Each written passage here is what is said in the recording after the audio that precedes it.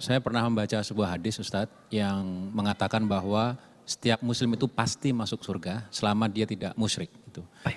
Nah, pertanyaan saya, kalaupun seorang muslim ini ibadahnya biasa-biasa saja, itu masuk surga dan pintu yang mana Ustadz? Terima kasih. Apakah setiap muslim itu berpeluang masuk surga? Betul. Jika masih ada iman dalam dirinya, itu terdapat dalam hadis riwayat Al-Bukhari. Kitabul Iman. Bab yang pertama, kitab yang pertama, nomor hadis dari 8 sampai dengan hadis ke-10. Paling kiri di pertengahan posisi di kitabnya. Jadi di Kitabul Iman ada 57 hadis. Di antara babnya menyampaikan, perhatikan kalimatnya. Setiap orang beriman itu akan masuk surga sepanjang ada kadar iman dalam dirinya, walau kana bimithli dzarrah, walaupun kadar iman itu kecil masih ada dalam dirinya. Bahkan hadis lain mengatakan kalau dia masih mampu mengucapkan la ilaha illallah fi akhir hayati, di akhir hidupnya dakhalal jannah, masuk surga.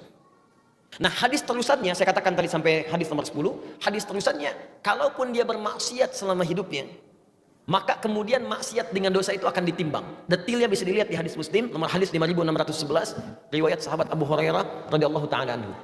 Jadi kurang lebih demikian. Muslim ini beriman, kemudian dia beramal soleh, contohnya sholat, dia puasa, dan seterusnya. Dia juga beramal salah. Maaf, dia gibah, dia senang mencela, dia berselisih, dan seterusnya. Maka pahala amal soleh ini akan ditutupkan kepada amal salahnya.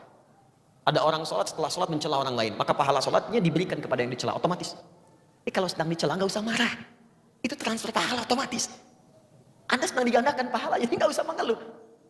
Anda diberikan pahala, kenapa Anda kemudian bersedih? Dan yang paling aneh, dikembalikan lagi pahalanya dengan balas mencela, gitu kan? Ya, dan nggak usah pasang status. Dicela orang pasang status, tuh aku sedang dapat pahala, dia dapat dosa, nggak usah balik tuh.